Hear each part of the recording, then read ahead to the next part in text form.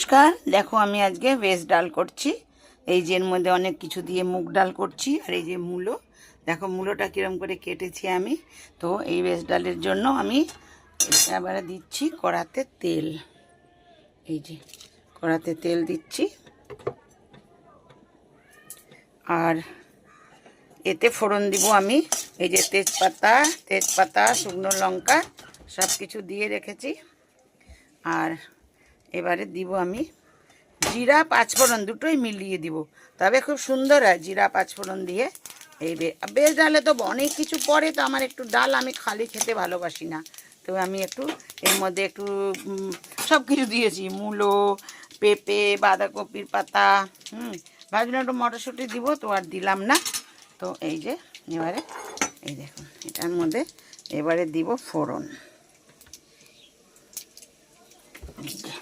ডালটা খুব করে, আমার ঠাকুমা বলতো খুব করে ফোড়ন না হলে ডাল নাকি খেতে ভালো হয় না। এই যে একদম ডালে জমিয়ে ফোড়ন দিতে হয়।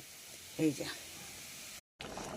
দেখো ডালটা কি সুন্দর ফুটছে। আমি বেশি কিছু দিইনি, সিমও দিতে পারতাম। এই যে আমি দিয়েছি পেঁপে, মূলো, একটু গাজর দিচ্ছিলাম, কিন্তু কাটতে পারলাম না, দেরি হয়ে যাচ্ছিল। তো এই ঠিক আছে, পেঁপে দিয়েছে, কটা বাঁধাকপির পাতা দিয়েছি। সিম দিব না, সিমে আমার সিম সহ্য হচ্ছে না, অ্যালার্জি বেরিয়ে যাচ্ছে। তো ঠিক আছে, ধনেপাতা নেই, ধনেপাতা থাকলে একটু দিলে ভালো হতো। দেখো মূলোটা কি করে কুচিয়েছি, দেখো এবারে মূলো ছেঁচকি করব।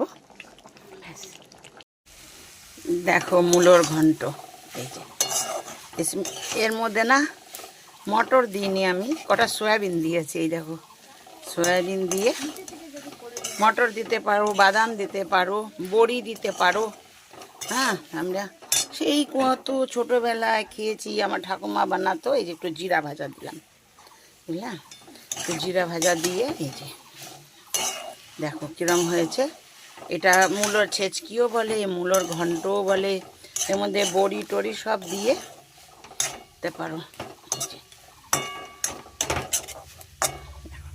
একদম রেডি, একদম মূলোর ঘন্ট বেনে তৈরি। এই যে উপরে একটু ভাজা জিরা ছড়িয়ে দিয়েছি।